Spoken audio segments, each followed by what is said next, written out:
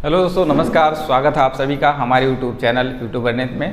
दोस्तों, आज हम बात करेंगे सफ़ेद मोतिया और काला मोतिया क्या होता है, इन दोनों के बीच में क्या अंतर है, इसके बारे में इस वीडियो में पूरा डिटेल से जानेंगे।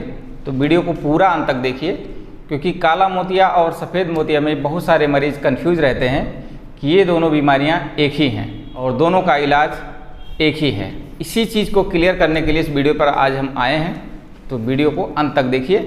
अगर हमारे चैनल पर नए हैं तो चैनल को सब्सक्राइब कर लीजिए और वीडियो पसंद आएगा तो वीडियो को एक लाइक ज़रूर करिए। तो चलिए समझते हैं कि सफ़ेद मोतिया क्या होता है। सफ़ेद मोतिया एक आँखों में होने वाली एक सामान्य समस्या है, जो कि एज के साथ में होने वाली बीमारी है। जब हमारी उम्र 40 से 50, 60, 70 या 75, 80 तक जाती है, तो ऐसे में 98% लोगों को मोतिया होना तय होता है। कम एज के लोगों को भी होता है, लेकिन वो अलग अलग कंडीशन पर होता है। जैसे किसी को चोट लग गया, या फिर किसी ने कोई स्टेरॉइड यूज़ की है लंबे समय तक, या फिर कंजेनाइटल कैटरेक्ट हो जाता है। कैटरेक्ट होने के कई सारे ग्रेड हैं, कई सारे टाइप्स हैं।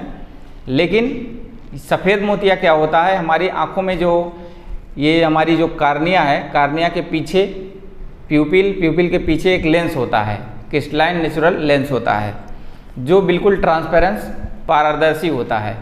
जब हमारी लाइट रेज किसी ऑब्जेक्ट को देखती हैं, तो कार्निया से होते हुए प्यूपिल के माध्यम से जो हमारा क्रिस्टलाइन नेचुरल लेंस है, उसके थ्रू रेटिना पर पड़ता है, तब हमें कोई इमेज अच्छे से दिखाई देता है।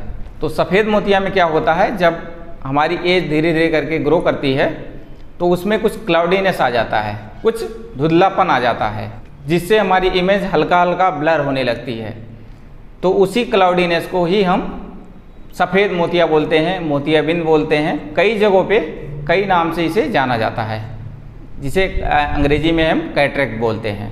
जब हमारा क्रिस्टलाइन नेचुरल लेंस ओपेक हो जाता है, ओपेसिटी आ जाती है, क्लाउडनेस हो जाता है, तो जो लाइट रेज हमारी किसी ऑब्जेक्ट से आती हैं, तो वो कार्निया से प्यूपिल होते हुए लेंस के ऊपर पड़ती हैं। तो ट्रांसपेरेंसी ख़त्म हो जाने के कारण पूरी लाइट पर्दे पर नहीं जाती है, जिससे व्यक्ति को इमेज धुंधलापन नज़र आता है या धुंधला दिखाई देता है। तो इसे ही हम सफ़ेद मोतिया बोलते हैं। अब समझते हैं हम काला मोतिया के बारे में। काला मोतिया सफ़ेद मोतिया नाम से लगभग दोनों सिमिलर ही लगते हैं, लेकिन दोनों में बहुत ही बड़ा अंतर है, जैसे ज़मीन और आसमान का अंतर होता है। तो काला मोतिया को समझने के लिए हमें, जैसे हमारी बॉडी में एक बीपी होता है, ब्लड प्रेशर होता है 120/80, ठीक इसी प्रकार से एक हमारी आंखों में भी प्रेशर होता है, जिससे हमारी आई बॉल का स्ट्रक्चर मेंटेन है। प्रेशर हमारी आंख के अंदर होने के कारण आई बॉल का शेप बराबर बना हुआ है। तो उस प्रेशर में जब डिफरेंशिएशन आता है, कभी हमारा प्रेशर अगर नॉर्मल से थोड़ा सा बढ़ जाता है, तो हमारी ऑप्टिक नर्व जो होती हैं वो धीरे धीरे करके डैमेज होने लगती हैं, दबने लगती हैं। जो आईओपी होता है, इंट्राओकुलर प्रेशर होता है, वो 10 से 20 mmHg नॉर्मल माना जाता है, यानी कि सामान्य माना जाता है। तो जब यह प्रेशर 20 से 25 हो जाता है, तो हम सस्पेक्टेड ग्लूकोमा में रखते हैं। और 25 से भी ऊपर यदि प्रेशर बढ़ जाता है, आईओपी बढ़ जाता है, तो हम इसे ग्लूकोमा की कैटेगरी में रखते हैं।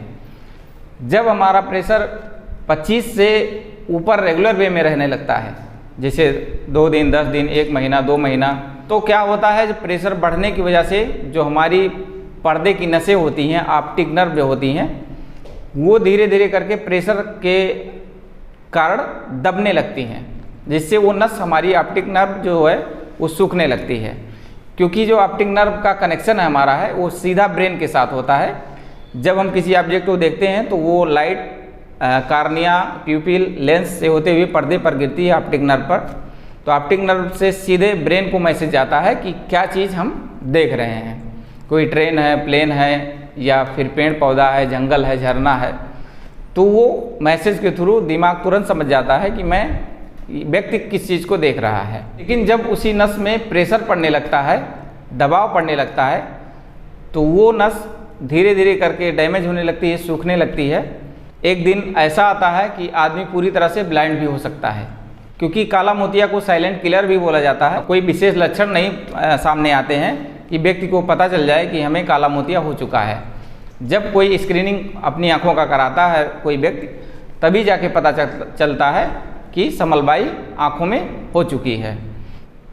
काला मोतिया में और सफ़ेद मोतिया में एक विशेष अंतर ये भी है कि जो हमारा सफ़ेद मोतिया होता है पुराना क्रिस्टलाइन नेचुरल लेंस निकाल करके नया IOL इम्प्लांट करके पुनः जितनी भी रोशनी आँखों में रहती है उतना मिल जाता है। लेकिन काला मोतिया में क्या होता है, ये प्रेशर से आँखों की नस सूख जाने के कारण जितनी रोशनी बची होती है उतने ही केवल मिल पाती है, दोबारा इसमें रोशनी बढ़ पाना मुश्किल हो जाता है, क्योंकि जो हमारी ऑप्टिक नर्व है वो रिवर्स वे में हेल्दी नहीं हो पाती हैं। कहने का मतलब कि उसमें रीजनरेशन नहीं हो पाता है, जिसके कारण हमारी आँख में जितनी भी रोशनी है उतनी ही बची रह सकती है।